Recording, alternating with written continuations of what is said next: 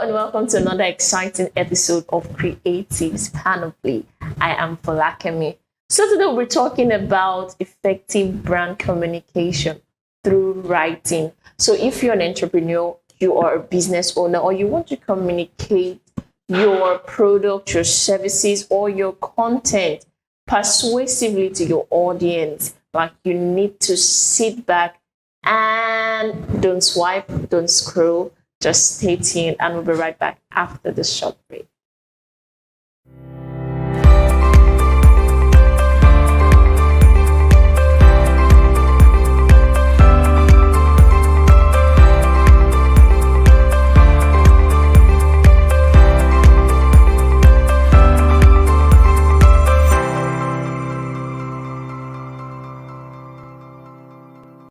Welcome back. On this episode, I have with me an amazing and a charming young lady.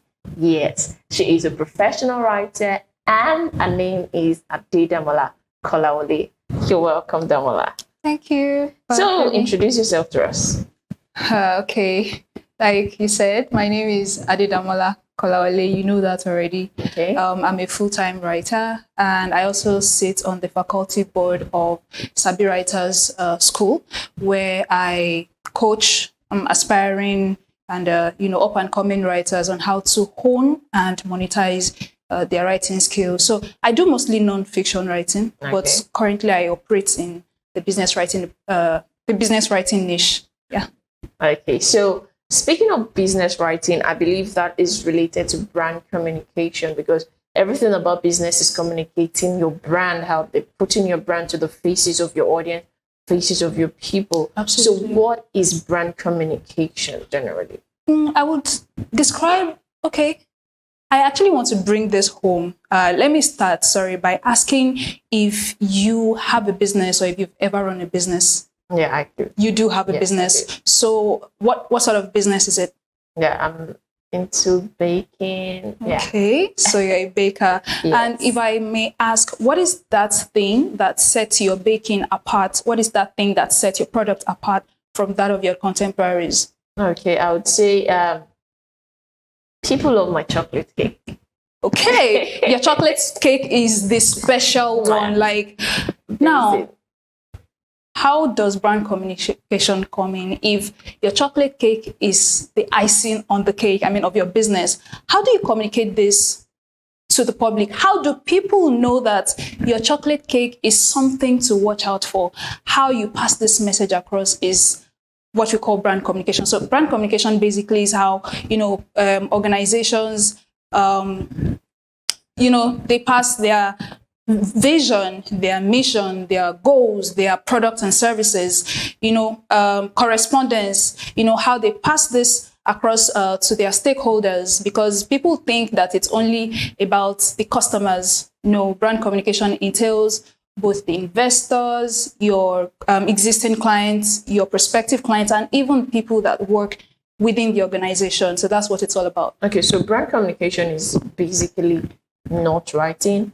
It's not just about writing. Oh no, it's not limited to writing. Okay, before I relate it to writing industry, so what does it encompass? Brand communication is not limited to writing. Of course, it encompasses writing, because we're in the writing space, and sometimes you have to go on the media. You use the media to communicate as well, on radio, or traditional media. YouTube content is content, but it's not necessarily writing. But because we are playing in the writing space, so we're just going to, limit our conversation to this. Okay, so how does it relate to writing now? How does brand communication relate to writing? Okay, so I always say that every organization needs a writer. It doesn't matter what space you play in, whether you are an NGO, whether you're a business set up for profit, or a government organization. You need business writing. And the reason is, so lots of professionals, they're experts in their field, they have grand ideas, they have beautiful products, but they don't necessarily know how to communicate these ideas to others. Now, don't get me wrong, it is important that that a professional has good writing skill. If you notice, when most people are recruiting, they say should be able to, write considerably well. But just like we have people that train to be doctors, and then they still say it's good that you have, some knowledge of first aid. It is the same way that, everyone should know how to write, but there are people that are trained specifically, not just to write, but to write in a way that sells your idea. So that this is where, the writing industry comes in, where companies now hire writers. Okay. They can either work in-house, where they're on the company's payroll, or they outsource the work to writing agencies outside. So in one way or the other, the writing industry writing is an integral aspect of every organization, and that's the correlation. Okay, so what type of writing falls under brand communication? So let me just niche it down to business writing now, because I believe brand communication is also it's also a little bit. Well, I don't want to use the word a little bit, but it's also synonymous to business writing. So what other forms of writing fall under business writing? Okay, what other forms of writing? Let me make this clear, that every form of writing that goes on in the corporate space is business writing, regardless of whether it circulates within the organization or outside the organization to other stakeholders. That means, documents that sound as technical as maybe your user manual, your user guide, that's for your product. Use that to communicate with your audience, right? Press release, and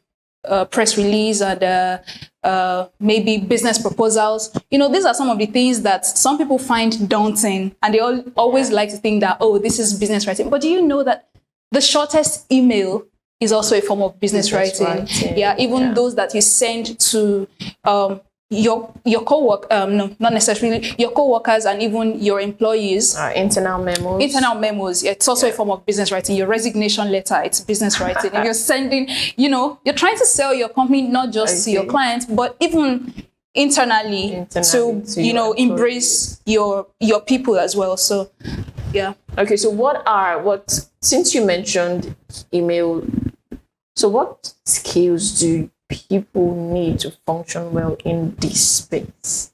As a business writer? Yes. Okay, I would say, first of all, and this is the ultimate for me, research skills. Okay. Yeah, as a business writer, you should be able to research, because the thing about business writing is it kind of confines you to facts. It's not a place for you to infuse emotions or, just project your thoughts. You don't have the luxury of manufacturing things from your imagination. You have to stick to facts. So you must be able to research, and research is actually a skill, because it's one thing for you to go on Google, but it's one thing. Google is one of the research search engines, right? Research tools, right? It's one thing for you to be able to use Google. It's another thing for you to be able to use it well, such that you're able to get exact information you are looking for. So you need to know what to find and where to find it. Another thing is, you as a business writer, you will need copywriting skills. Copywriting skills, because if you want to sell to people, you need to know what language you can use to appeal to the audience.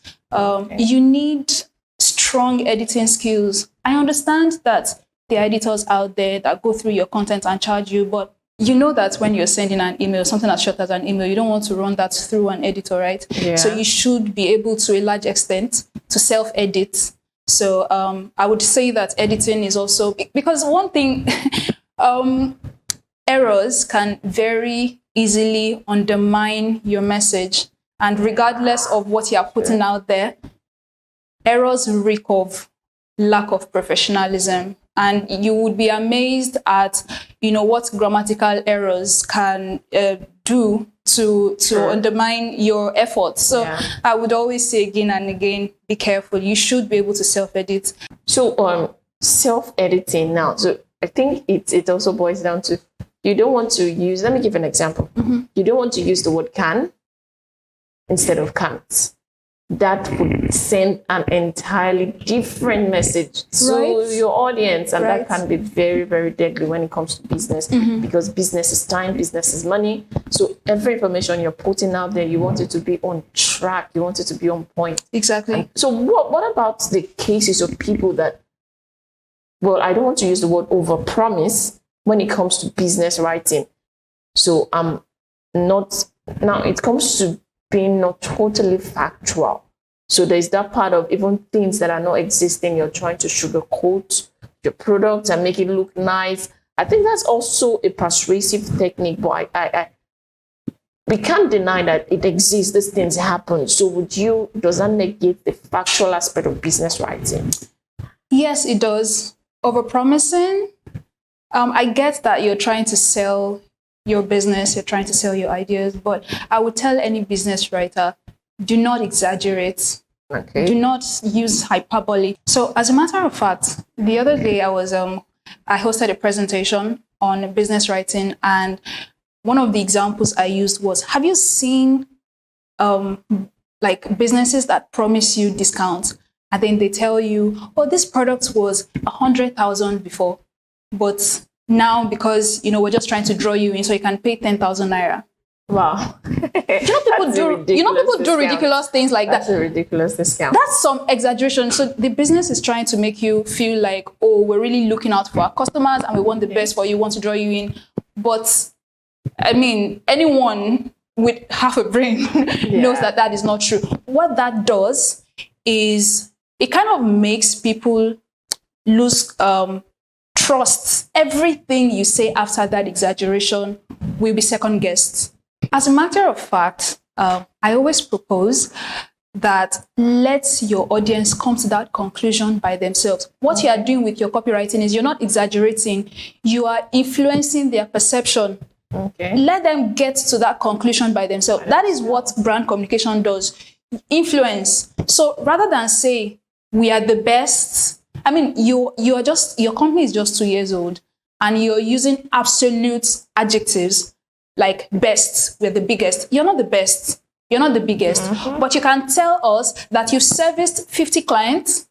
And I mean, in the last 2-3 months, you've serviced 50 clients and none of these clients have come back for modifications or, they've had, what does that tell me as reliability? Do you understand? Yeah. So I always propose that you use fact. And something else I always say is, rather than exaggerate, I know there's that urge to want to toot your own horn, but I would say let other people do the talking. For example, if someone has said that you're the best, it would be more advisable that you quote them and let it be someone that is respectable, maybe a respectable brand, personality, and then you can say, this is what our customers say about us. Okay. This is what this set of people say about it. Is more believable than when you are the one doing the bragging, because I mean, everyone likes to say nice stuff about themselves. So that works better. It performs more magic than, exaggerating. Okay, so you talked about copywriting skills. Do I necessarily need to have that before I venture into business writing full time? Do you need to have that before venturing? I would say that I don't want to frame it that way. Okay. Because the fact is, you learn as you go. Right? So I don't want anyone out there thinking, oh, I don't think my copywriting skill is perfect yet. So I want to wait till I feel like I've gotten this certification or I've gotten this proficiency. But one thing I would say is the skill helps a lot because at some point or the other, in an organization or if you're representing a client, you're going to want to sell their image to their stakeholders. You're going to want to sell their ideas or their products. Copywriting will really, really come in handy. Do you understand? So you will need it. You should develop it it should be one of your goals to develop it and gain mastery at it. But then I will not say this is what you should have before. I think you get what I'm saying. Okay. But it's a very important. So let's delve into business writing proper. So what are the do's and don'ts? Because we know business writing is one form of serious writing. We know there are some pros and cons to the style. So what are the do's and don'ts in business writing? Again, when you talk about do's and don'ts in business writing, I like to focus on the do's. The reason being that most people, when they think about business writing, they think it is this very complicated thing that is like beyond them. I had someone meet me recently that, I want to write a letter of resignation. Can you help me? I believe that every employee should be able to write a letter of resignation. But because there's this mentality that business writing, and the reason is that there's so many don't do this, don't do that. Do you get? So I want to focus on the do's, because I believe that when you know the do's, you know automatically that, the opposite is what you should not do. Right? So let's start with the do's. Okay. The do's, I would say, number one, keep your readers in mind when you are writing. Yes. What I mean is you should want to know your audience. Okay. When they read this thing, when they read this article, when they read this letter, when they read this report, what do they want to know? Okay. You should factor that into the information you are putting out there. You should also factor out, you should also factor in maybe their level of exposure or knowledge or their level of education. For example, if you're writing to a non-technical audience, even though maybe you're a medical expert or you're an expert in some other field, and you're writing you want to engage the general public. Okay.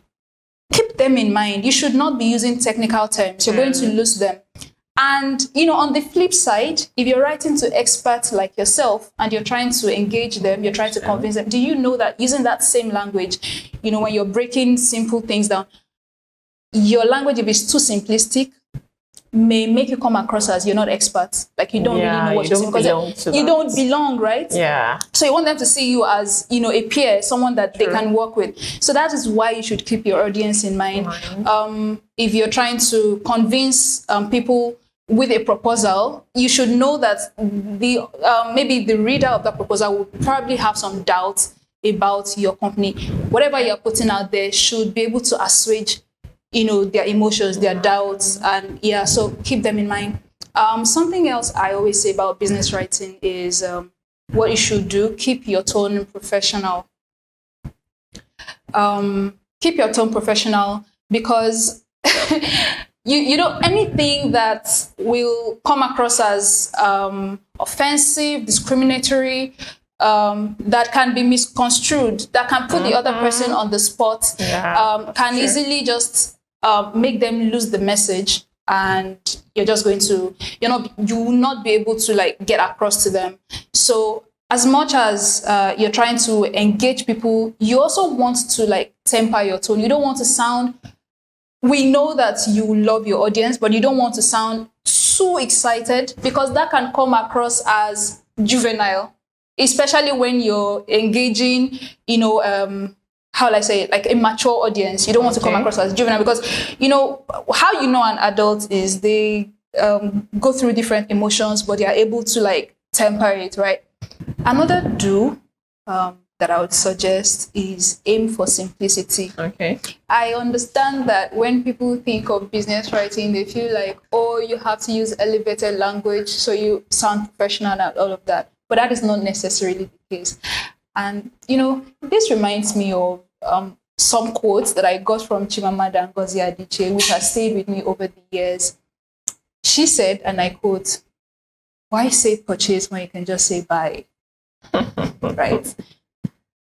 You don't necessarily have to use leverage. You can just say take advantage of or benefit from. You don't necessarily have to say utilize, especially when you consider the kind of audience you're talking to. Okay. You can as well use. So it doesn't make you dumb. It just makes your content more accessible. Aim for simplicity. And, simplicity doesn't only, isn't only related to your vocabulary. It also means the structure of your writing.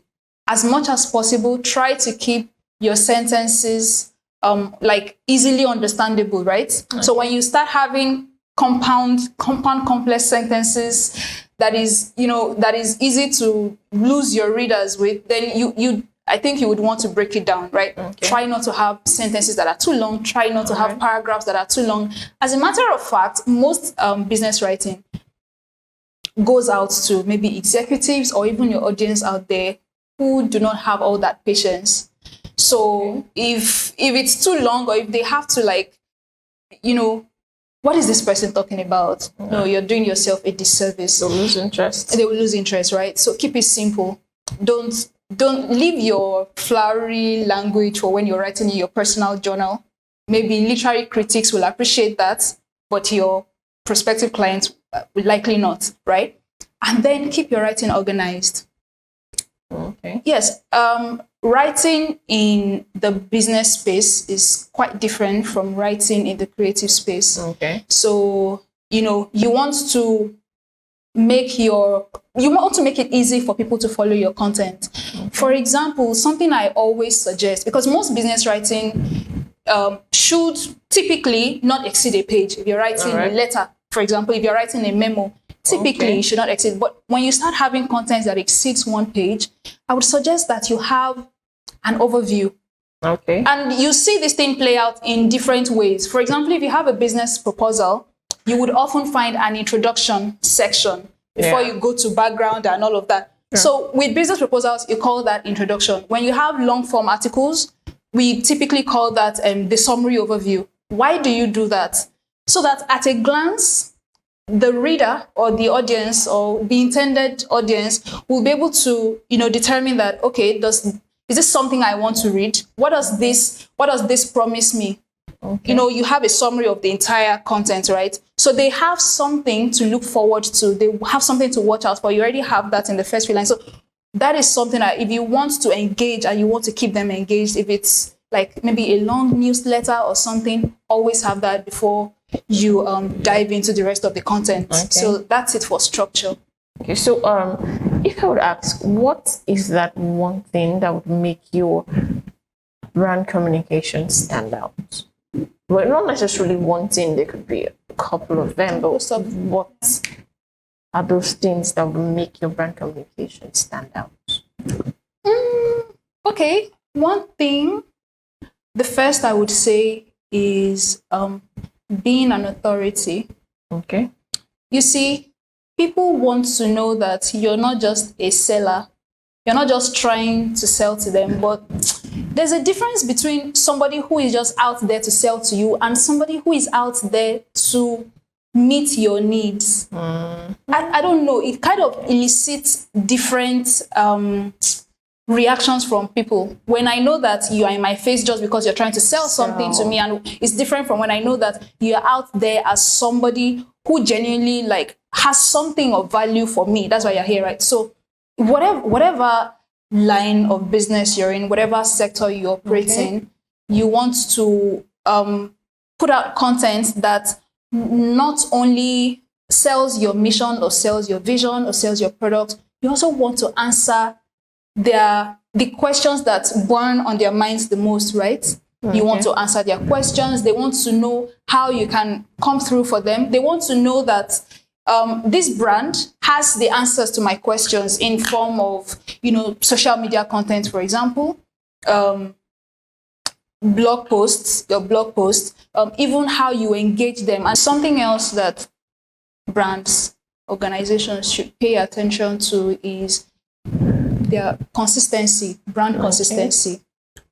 One of which, there are so many ways that you brand your business, but I think the number one that most people know is the logo. Okay, if your logo is red on this platform, when they come across it, it should not look like maybe orange or something else. So across all platforms, your graphics out there, right? Even your color coordination is still part of brand communication. It's how your audience interact with your brand, right? It should be consistent, and not just your logo, even your language, right? So when it comes to creativity in business writing, there's this myth that creativity is usually stifled. Like it's people don't really get to express themselves. So what do you have to say on this?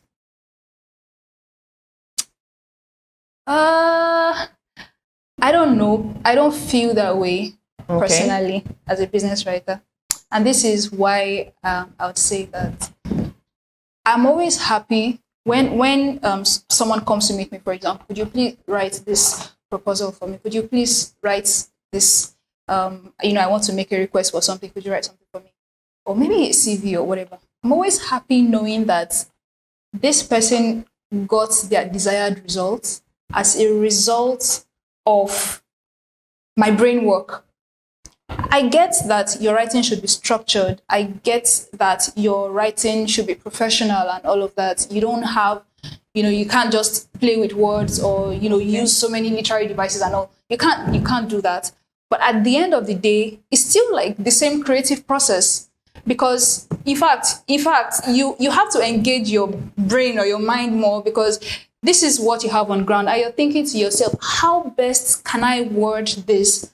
How best can I, manipulate these words to elicit the exact response that I want? That's some mad creativity there. Okay.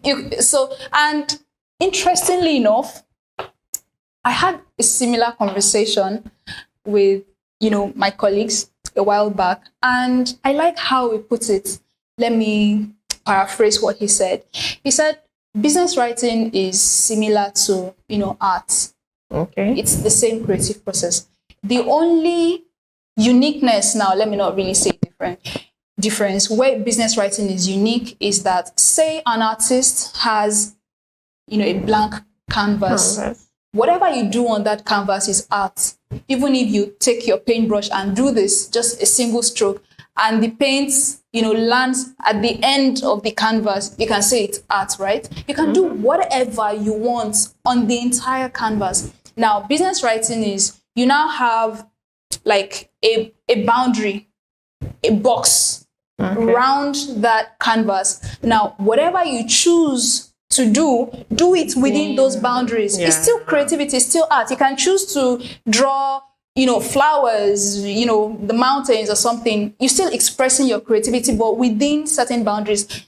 So, for example, you have to have mastery of words, right? You have to be able to express yourself creatively and, do all of that. But within a structure, if you're writing a business proposal, you should have an introduction, right? You should have maybe your financials, especially if it's a business plan. Okay. If you're writing a business profile, you want to talk about maybe the history of these are headings that these documents should have. So within these confines, you can still engage your creativity. Yeah, but at the same time, it's really not about that type of creativity. Okay. Now it's about the use of language, flowery languages, like being free, expressing yourself, bringing you into that element of writing, into that piece of writing. So it's like for fiction, for instance, I can conjure up ideas in my head. I can conjure up just going wild and exploring. Like the liberty is not really there in business writing, which I feel that's the constraints of business writing, which I also feel that's why people tend to shy away from and shrink back when it comes to business writing. I hope I'm right on that. Like I would say, it just depends on how you look at it, really. I would not say that, and I will still maintain that I would not say business writing stifles my creativity as such. I would say that it makes me express it in another type of, in another dimension. Okay. Take copies, for example, maybe social media copies. It's still part of business writing because I'm trying to engage the audience, like the clients and all of that. Do you know that there's some weekend contents that are like really jocular? You don't necessarily have to sound, you can even, depending on your audience, you can say, a web copy can probably say, you don't chop today.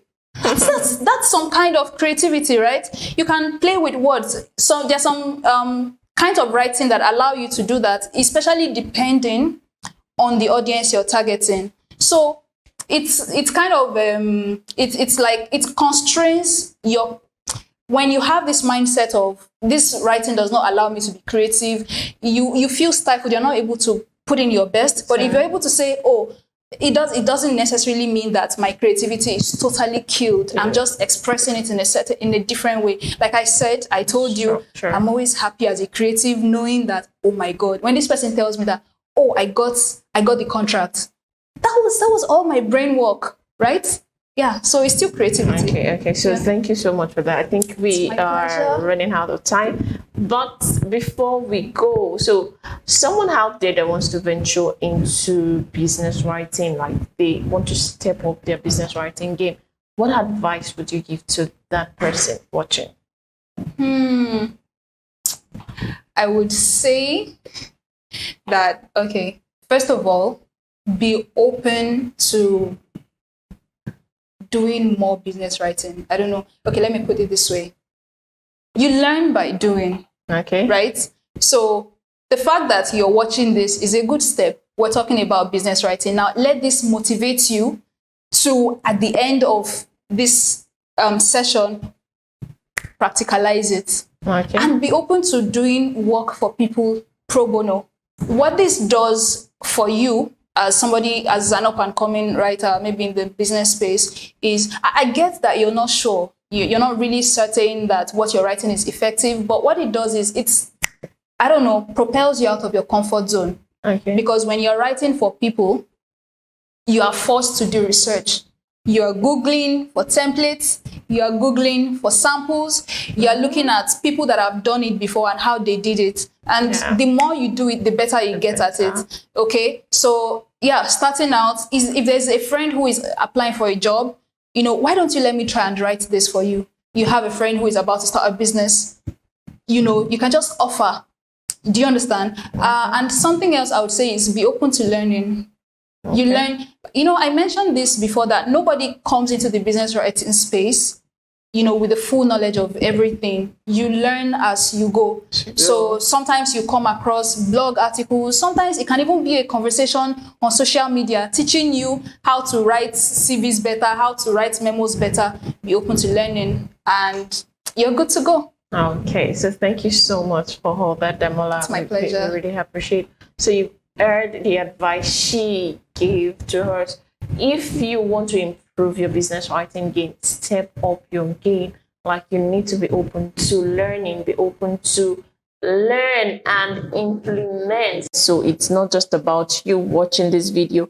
Also practicalize the steps, the tips, the do's and the don'ts you've heard us mention. So if you've not subscribed to our channel, that's one thing you also want to do right now. Subscribe to this channel and don't forget to click the notification icon. You want to get notifications as we upload more content, as we upload more videos. So thank you so much for watching today's video, guys.